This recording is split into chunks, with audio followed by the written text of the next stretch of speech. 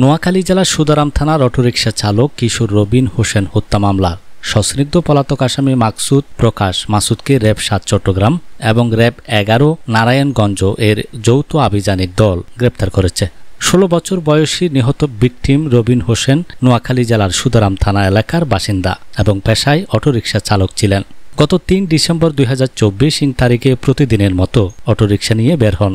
গভীর রাত পর্যন্ত বাড়ি না ফেরায় পরিবার সম্ভাব্য সকল স্থানে খোঁজাখুঁজি করে না পাওয়ায় নোয়াখালী জেলার সুদারাম থানায় একটি সাধারণ ডায়েরি করেন। এক পর্যায়ে তার পরিবার জানতে পারে জুয়েল এবং অজ্ঞাতনামা কয়েকজনের সাথে তার মোবাইল ফোন নিয়ে বাকবিতণ্ডা হয়। এরপর মা বাদী হয়ে নোয়াখালী জেলার সুদারাম থানায় একটি মামলা দায়ের করেন। মামলার সশ্নিগ্ধ পলাতক আসামি মাকসুদ প্রকাশ মাসুদ প্রকাশ মিজানুর রহমান চট্টগ্রাম জেলার লোহাগাড়া থানাধীন পদুয়া এলাকায় অবস্থান করলে উক্ত তথ্যের ভিত্তিতে গত ১১ মে ২০২৫ আনুমানিক ৩ ঘটিকায় অভিযান পরিচালনা করে আসামি মাকসুদ প্রকাশ মাসুদ প্রকাশ মিজানুর রহমান পিতা অজিউল্লাহ হেঞ্জু প্রকাশ আন্দা হেজু সাং চারুবানু থানা সুদারাম জেলা নোয়াখালীকে গ্রেপ্তার করতে সক্ষম হয়। গ্রেপ্তারকৃত আসামিকে আইনানুগ ব্যবস্থা গ্রহণের নিমিত্তে চট্টগ্রাম জেলার ডবল মুরিং থানা পুলিশের নিকট হস্তান্তর করা হয়েছে।